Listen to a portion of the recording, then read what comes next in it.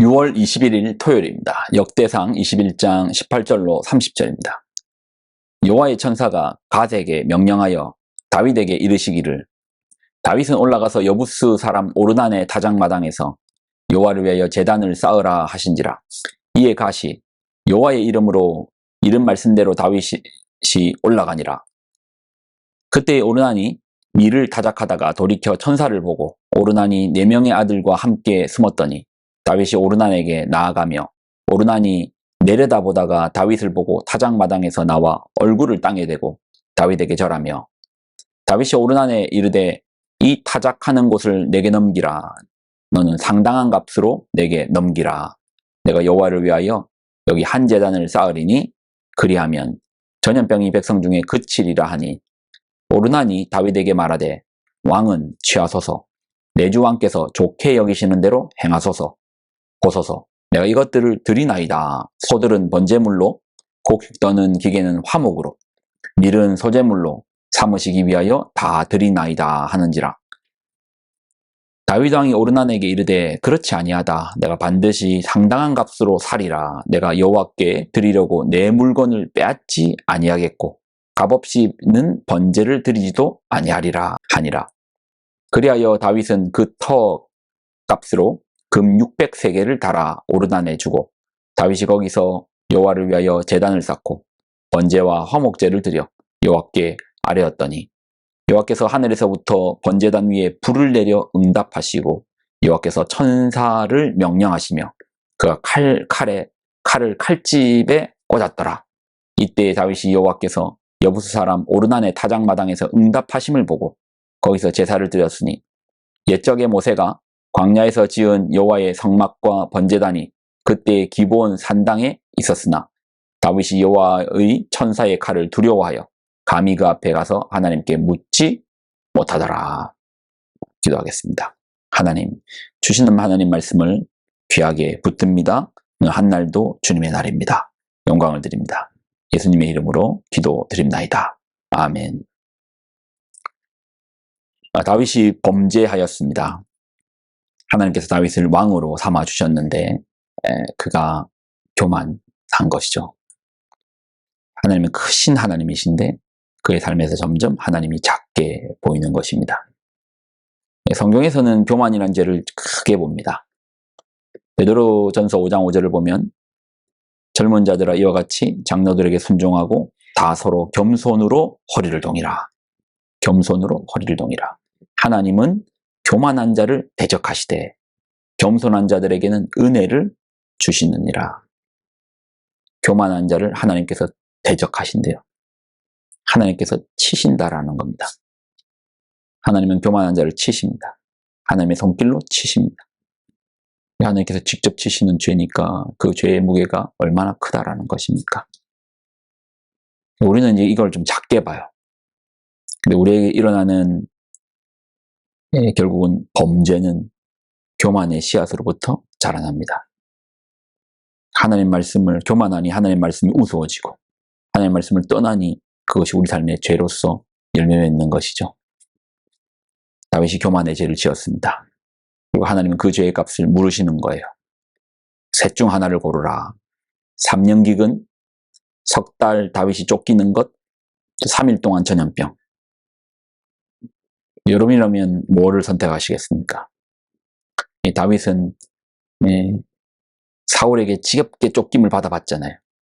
누군가에게 쫓김 받는 게 얼마나 힘든지 아니까 차라리 하나님 손에 맞는 게 낫겠다 해서 3일 전염병을 선택합니다. 근데 그 전염병으로 죽은 자가 7만인데 이건 시작에 불과해요. 천사가 칼을 빼들고 심판하려고 합니다. 자신의 잘못으로 7만 명의 죄 없는 백성이 죽었습니다. 그때 다윗이 하나님 앞에 엎드립니다. 그때 하나님께서 다윗에게 살 길을 주시는 거예요. 그게 이제 오르난의 타작마당에서 뭐해라? 속죄하라. 제단을 쌓고 제사를 지내라. 왜 하필 많고 많은 장소 중에 하나님 오르난의 타작마당입니까? 이유가 있습니다. 훗날 거기에 뭐가 세워지죠? 솔로몬의 성전, 예루살렘의 성전, 예루살렘 성전이 바로 오르난 타작마당에 세워진 것입니다. 이를 통해서 성전이 어떤 의미를 가져? 성전은 용서와 회복, 구원의 장소입니다. 오르나는 다윗을 보자 다윗이 이 장소가 필요하다라고 하니 무료로 드리겠습니다. 근데 다윗은 아니다. 내가 상당한 값을 치르고 하나님께 나아가겠다라고 합니다. 빈손으로 가지 않고 내가 하나님께 상당한 값을 치르고 나아가겠다. 그 시세, 그게 이제 금 600세겔이거든요. 금 600세겔이라고 하면 감히 배를 와놓으시죠. 한 세겔이 11.4g입니다.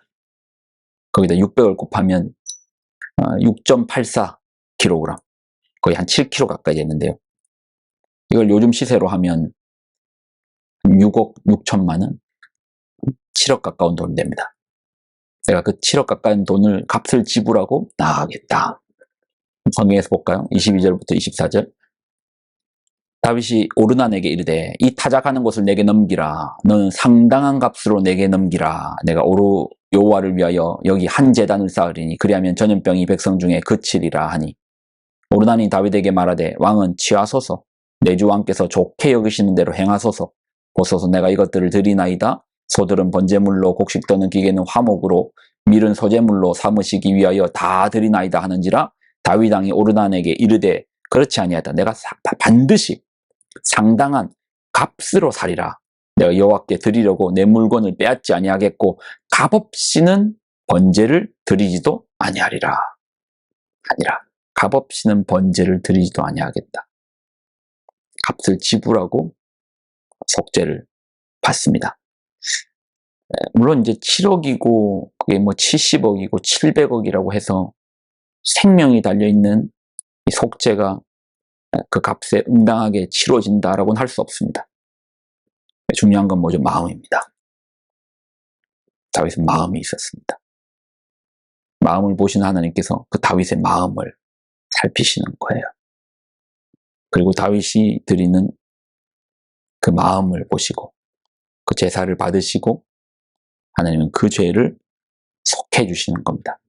용서해 주시는 것이죠. 오늘의 말씀에서는 우리가 찾아볼 수 있는 것이 포인트들이 몇 개가 있네요.